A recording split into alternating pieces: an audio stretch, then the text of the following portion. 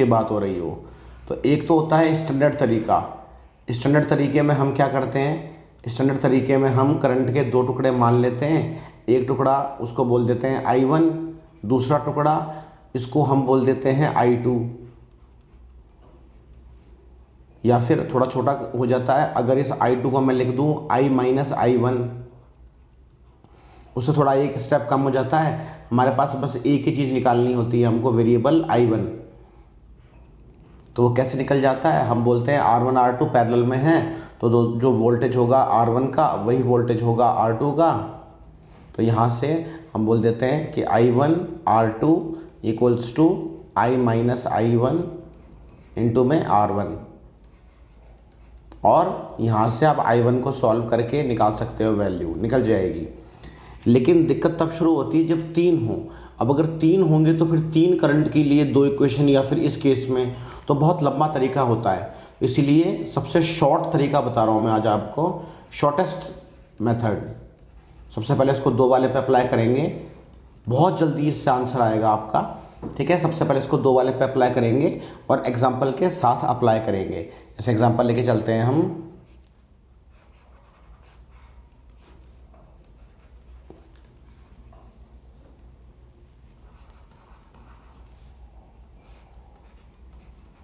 जैसे हमारे पास 2 रेजिस्टेंसेज हैं, एक 4 ओम का है, एक 20 ओम का है, और करंट जा रहा है आई, और हमको बताना है कि बताओ दोनों में करंट कितना कितना जाएगा। दोनों का करंट हमें बताना है। तो इसके लिए तरीका क्या होता है, देखो ये दोनों रेजिस्टेंसेस पैरेलल में हैं। जब भी 2 रेजिस्टेंसेस पैरेलल में होते हैं तो उनका वोल्टेज सेम होता है। तो वोल्टेज सेम होगा तो क्या होगा, हम ओम्स लॉ को जानते हैं। ओम्स लॉ होता है V इक्वल टू IR। तो अगर मैं इसको बोल रहा हूँ R1 और इसको बोल रहा हूँ R2, तो पहले वाले के लिए लगाऊंगा तो फॉर्मूला लगेगा, मैंने इनमें करंट मान लिया I1 और I2। R1 वाले में I1, इसमें मान लिया R2 वाले में I2। तो फॉर्मूला क्या लगेगा, दोनों का वोल्टेज तो सेम है, तो यहाँ फॉर्मूला लगेगा I1 R1, और यही वोल्टेज दूसरे वाले का है तो I2 R2। तो यहाँ से आप करंट का रेशियो निकाल लो। तो I1 बाय I2 वो क्या आएगा, तो I1 बाय I2 वो आएगा R2 बाय R1।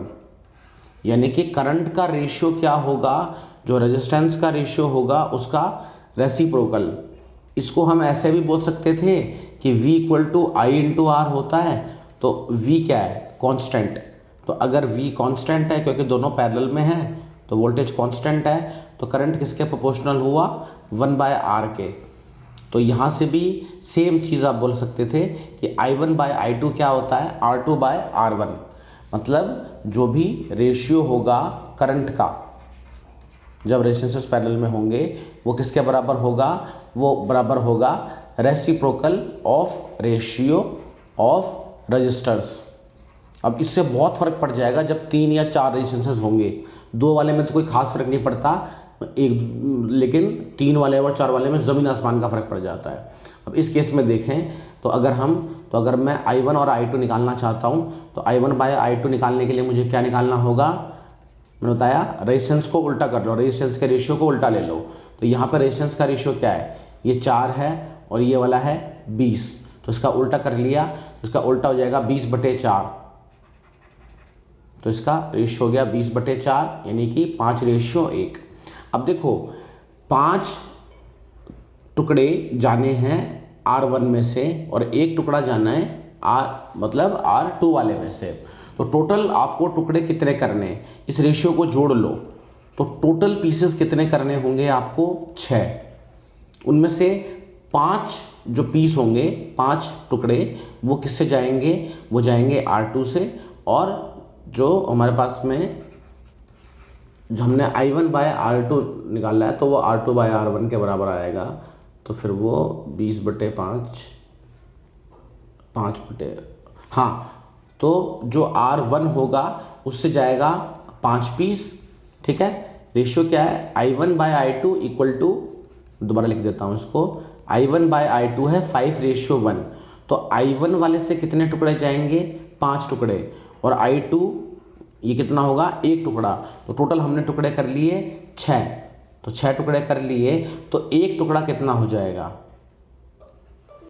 तो जो एक टुकड़ा होगा वो कितना होगा? तो वो एक टुकड़ा होगा I/6। तो हमने कहा था कि जो ऊपर वाला रेजिस्टेंस है R1, उससे कितने टुकड़े जाएंगे? करंट का रेशियो क्या आया था हमारा? दो रेशियोज लिए थे हमने, 4 और 20 का। तो जो रेशियो आया था करंट का I1/I2, वो आया था 5:1। ऊपर वाले से जाने चाहिए 5 टुकड़े। तो एक टुकड़ा है I/6, तो उसके 5 टुकड़े कितने हो जाएंगे? 5I/6। और ऐसे नीचे वाला, इसको इससे जाना है एक टुकड़ा, रेशियो है इसका 1, तो इससे कितना जाएगा? I/6। तो दो वाले को तो आप सिंपली वैसे भी कर लेते, इतना दिमाग ना लगा करके, लेकिन जब 3 वाले की बात होती है तब ये तरीका बहुत यूजफुल होता है, अदरवाइज बहुत लंबा खिंच जाए। तो 3 वाले को एक एग्जांपल से समझते हैं हम। मान लो हमारे पास 3 रजिस्टर्स हैं, एक है 4 ओम का, एक है 8 ओम का, और एक है 20 ओम का। ये 3 रजिस्टर्स पैरेलल में लगे हुए हैं और इन यहाँ से करंट आ रहा है I। अब हमें बताना है कि इनमें से करंट कितना कितना जाएगा। तो मैंने करंट मान लिया, ऊपर वाले सबसे उसमें से I1, दूसरे वाले से I2, तीसरे वाले का I3। तो इसमें क्या होता है, 3 वाले में जब हम करंट का रेशियो लेते हैं, I1 ratio I2 ratio I3, तो रेशियो क्या आता है? तो रेशियो आता है रेजिस्टेंस का उल्टा, यानी कि 1/R1 ratio 1/R2 ratio 1/R3। तो रेशियो हो जाएगा 1/4 रेशियो 1/8 रेशियो 1/20। मैं इसको 20 से मल्टीप्लाई कर सकता हूँ, और किसी भी रेशियो को किसी भी नंबर से मल्टीप्लाई कर सकते हैं। तो 20/,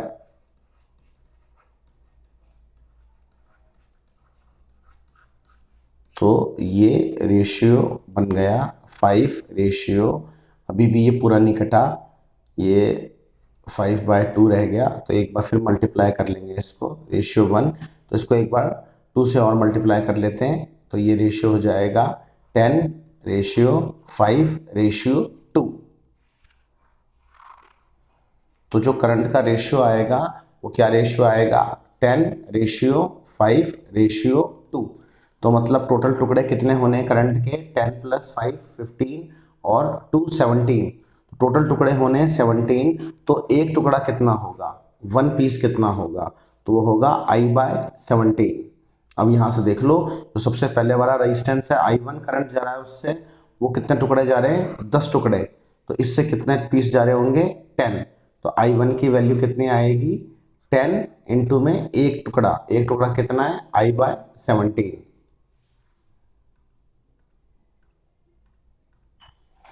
एक टुकड़ा है I/17 ऐसे।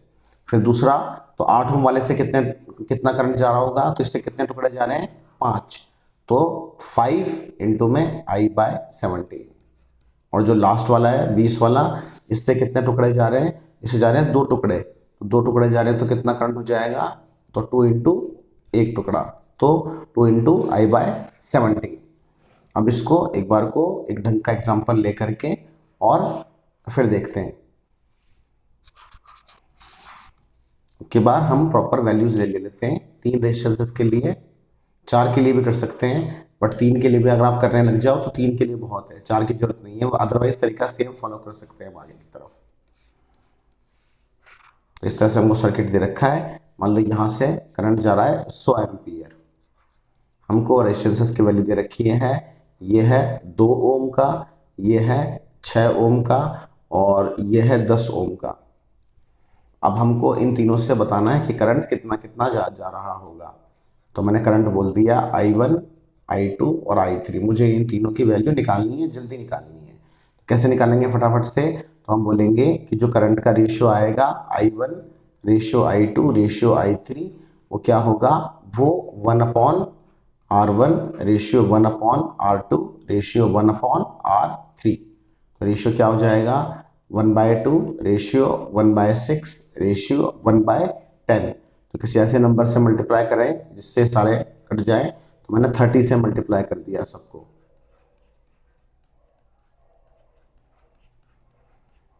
तो 30 से मल्टीप्लाई कर दिया, तो रेशियो आया हमारे पास 15 रेशियो 5 रेशियो 3। तो इसका मतलब जो करंट होगा उसके 3 जगह पे रेशियो आया, कितना आया 15, 5 और 3। तो टोटल कितने टुकड़े हुए, 15 और 5 20 और 3 23, टोटल 23 टुकड़े होने। तो एक टुकड़ा कितना होगा, तो एक पीस कितना हो जाएगा I/23। अब I हमको दे रखा है वो कितना है 100, तो एक टुकड़ा कितना हो गया 100/23। अब देख लो जो सबसे पहले वाला करंट है I1, वो उसमें कितने टुकड़े जा रहे हैं 15, तो 15 जा रहे हैं, तो वैल्यू कितनी आ जाएगी I1 की, तो I1 कितना हो जाएगा 15 इंटू में एक सिंगल टुकड़ा वो कितना है 100/23। फिर I2 कितना होगा, तो I2 में कितने हैं 5, रेशियो 5 I2 का, तो 5 इंटू में 1 टुकड़ा, 100/23। और सिमिलरली लास्ट वाले से जा रहे हैं 3 टुकड़े, 3 इंटू में 100/23। अगर 4 रेजिस्टेंस की प्रॉब्लम आ जाए और अगर आप नॉर्मल तरीके पे चले जाओ तो उससे तो आप मतलब वो आप सॉल्व कर ही नहीं पाओगे, बावड़े हो जाओगे एक तरह से कहने की भाषा में।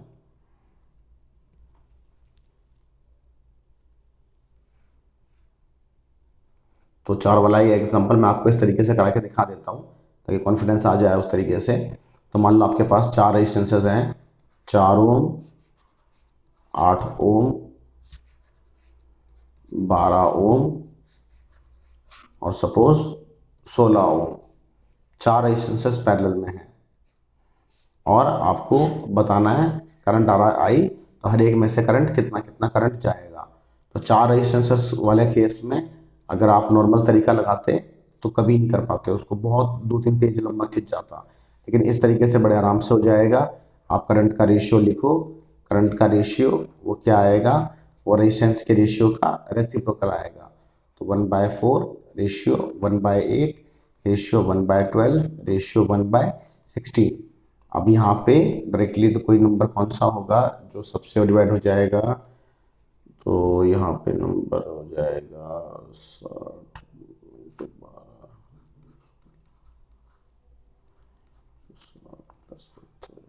192। तो 192 से आप हर नंबर को मल्टीप्लाई कर लो।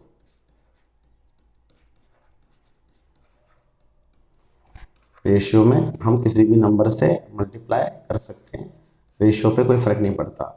तो यहाँ पे तो ये रेशियो कितना हो जाएगा, तो 4 4 जा 16, 4 8 जा 32, तो ये हो गया रेशियो 48। ये कितना हो जाएगा, तो 8 2 जा 16 और 8 4 जा 32, तो ये हो गया 24। फिर ये रेशियो हो जाएगा तो 12 1 जा 12, 12 6 जा 72 16, और ये रेशियो कितना हो जाएगा, तो ये हो जाएगा 16 1 जा 16, 16 2 जा 2। तो अभी तो वैसे ये और कर सकता था, ये ज़्यादा वो कर दिया मैंने मल्टीप्लाई। तो इसमें से अभी तो मेरे हिसाब से 4 से और कॉमन आ जाएगा, 4 कॉमन आ जाएगा। सबसे 4 कॉमन निकाल लोगे तो यहाँ बचेगा 12, यहाँ बचेगा 6, यहाँ बचेगा 4 और यहाँ बचेगा 3। तो ये करंट का रेशियो आ गया अपने पास, I1 ratio I2 ratio I3 ratio I4। अब देख लो यहाँ से टोटल कितने टुकड़े करने हैं, तो 12 और 6 18, 18 और 4 22 और 3 25, तो टोटल कितने टुकड़े करने हैं 25 टुकड़े करने। तो एक टुकड़ा कितना हो जाएगा I/25। तो सबसे पहला I1 करंट है, तो I1 करंट कितना आएगा, तो I1 की वैल्यू क्या है, तो I1 में कितने टुकड़े आ रहे हैं 12, तो 12 इंटू में एक टुकड़ा, तो एक टुकड़ा कितना है I/25। सिमिलरली I2 में कितने टुकड़े आ रहे हैं 6, तो 6 इंटू में सिंगल, तो I/25। तो आई होप आपको तरीका समझ में आया होगा ये वाला। I3 में कितने टुकड़े जा रहे हैं 4, तो ऐसे 4। तो नॉर्मल तरीके से अगर आप करने लग जाते तो बहुत ज़्यादा टाइम खा जाता। अगर रेशियो वाला तरीका समझ में आ जाए आपको